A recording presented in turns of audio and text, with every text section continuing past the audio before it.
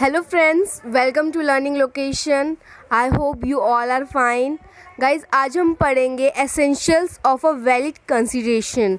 मैंने अपनी वीडियो के फर्स्ट पार्ट में कंसिडरेशन को डीपली डिफ़ाइन किया था और हमने उसका first essential of a valid consideration भी डीपली पढ़ा था। अगर आपने मेरी वीडियो अभी तक नहीं देखी है तो please must watch that one first. मैंने लिंक डिस्क्रिप्शन में दे दिया है, आप उसके थ्रू भी जाकर देख सकते हैं।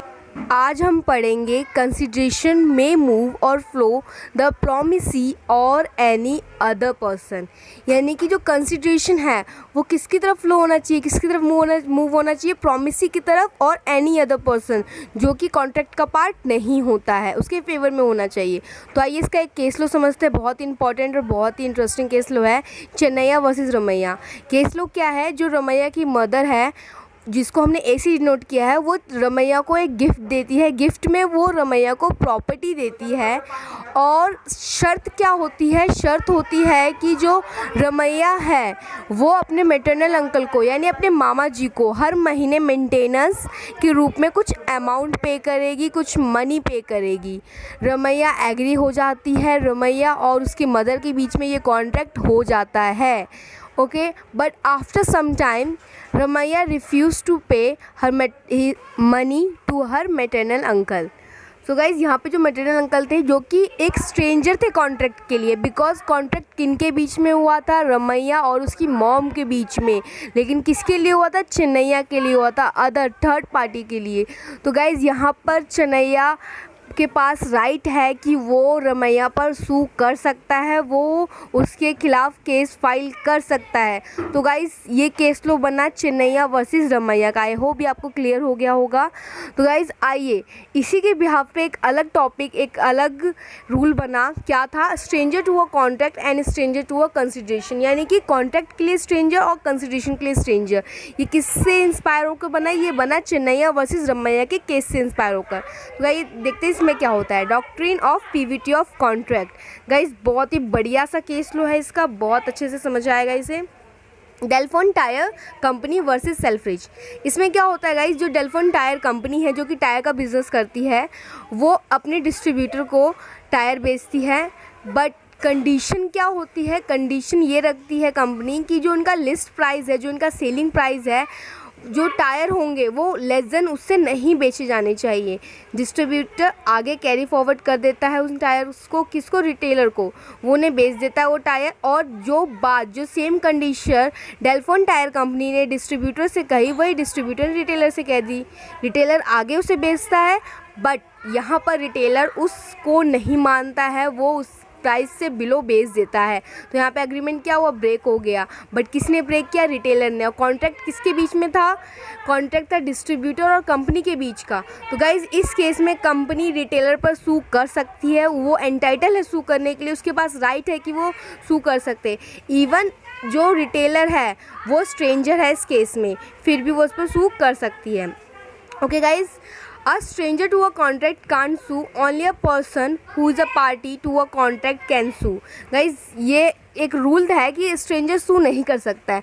बट गाइज इस रूल को बैलेंस करने के लिए, इस रूल को जस्टिस करने के लिए लॉ में एक्सेप्शंस बनाई गई इसकी, कि कब कब एक स्ट्रेंजर जो है वो सू कर सकता है, वो केस फाइल कर सकता है। जैसे कि हमने अपने पिछले केस में पढ़ा, उसमें सभी स्ट्रेंजर थे फिर भी वो केस फाइल कर रहे थे। तो आइए इसी के कुछ एक्सेप्शंस देखते हैं कि कब कब एक स्ट्रेंजर केस फाइल करने का राइट रखता है। तो गाइस पहला है, वेयर एन एक्सप्रेस और इम्प्लाइड ट्रस्ट इज क्रिएटेड। तो गाइज इसका एक एग्जांपल लेते हैं। इस केस में जो ए है वो एक ट्रस्ट क्रिएट करता है, बी को ट्रस्टी बनाता है। वो क्या कहता है बी को कि मैं अपनी सारी प्रॉपर्टी तुम्हारे नाम कर दूंगा, उसके बदले तुम्हें क्या करना होगा, तुम्हें ऑर्फनेज को मेंटेनेंस देना होगा, उसको मेंटेन करना होगा। तो गाइज यहाँ पे बी एग्री हो जाता है, बट आफ्टर सम टाइम वो रिफ्यूज़ कर देता है पे करने से। तो गाइज यहाँ पे ऑर्फनेज उस पर केस कर सकती है, इवन ऑर्फनेज एक स्ट्रेंजर है इस केस के लिए। आई होप ये आप छोटा सा केस था आपको समझ में आ गया होगा। बी देखते हैं, इसका बी पार्ट क्या है, फैमिली सेटलमेंट, यानी कि जहाँ पे फैमिली सेटलमेंट होते हैं वहाँ पे भी स्ट्रेंजर सू कर सकता है। ये कब इस्टेब्लिश हुआ था, 20 दिसंबर 2004 में। केस लो है वीरम्मा वर्सेस अप्पाया, बहुत ही अच्छा केस लो है ये।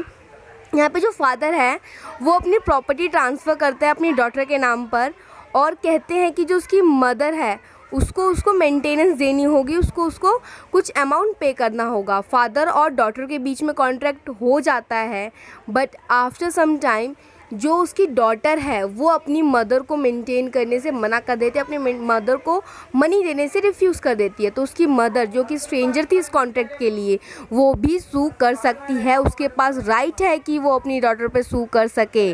आफ्टर ऑल ये स्ट्रेंजर थी फिर भी, बिकॉज जो कंसिडरेशन था वो इसके फेवर में था। ओके गाइज, जैसा कि रमैया और चिन्नैया के केस में था। आई होप ये भी आपको क्लियर हो गया होगा, बहुत इंपॉर्टेंट केस होता। आइए छोटा सा एक ये समझते हैं, कॉन्ट्रैक्ट विद एन एजेंट। जब हम एजेंट के थ्रू कॉन्ट्रैक्ट करते हैं गाइज, इसमें क्या है, नॉर्मल लाइफ का एग्जांपल है ये। एक पर्सन है जो कि एजेंट के थ्रू किसी कंपनी में अपनी LIC करवाता है। तो गाइज यहाँ पे किसके बीच में कॉन्ट्रैक्ट है, ए और कंपनी के बीच में। एजेंट करवा रहा है, एजेंट का कोई लेना देना नहीं है इससे, वो सिर्फ करवा रहा है। तो गाइज़ अगर कंपनी LIC पे करने से मना कर देती है, अमाउंट देने से मना कर देती है, तो इस केस में एजेंट के थ्रू वो केस कर सकता है। एजेंट यानी जो कि थर्ड है, पर्सन है जो कि स्ट्रेंजर है, वो भी केस कर सकता है। ओके गाइज़, आई होप ये भी आपको क्लियर हो गया होगा। तो गाइज़ आइए नेक्स्ट देखते हैं। अगर जो भी केस स्टडी आपको क्लियर नहीं है तो गाइज़ प्लीज़ कमेंट में मुझे बताइए, मैं ट्राई करूँगी उसको दोबारा अपनी नेक्स्ट वीडियो में अच्छे से एक्सप्लेन करने की। लास्ट एंड फाइनल है ये कॉन्ट्रैक्ट लेबर, यानी कि गाइज़ अगर लेबर जो कि दिहाड़ी पे या वेजेस कह सकते हो आप, वेजेस या सैलरी पे वर्क करते हैं, वो किसके अंडर वर्क करते हैं, वो वर्क करते हैं कॉन्ट्रैक्टर के अंडर, यानी जिसको हम हिंदी में ठेकेदार कहते हैं। अगर वो ठेकेदार उन्हें पे करने से मना करता है तो फिर वो जो लेबर है वो प्रिंसिपल पर भी केस कर सकते हैं, यानी कि जिनके लिए ठेकेदार काम कर रहा है, जिनके लिए वो कॉन्ट्रैक्टर काम कर रहा है, इसका कॉन्ट्रैक्ट उसने लिया है, उस कॉन्ट्रैक्टर के मालिक के ऊपर भी वो लेबर के कोई केस कर सकते हैं। सॉरी गाइस, केस कर सकते हैं। ओके।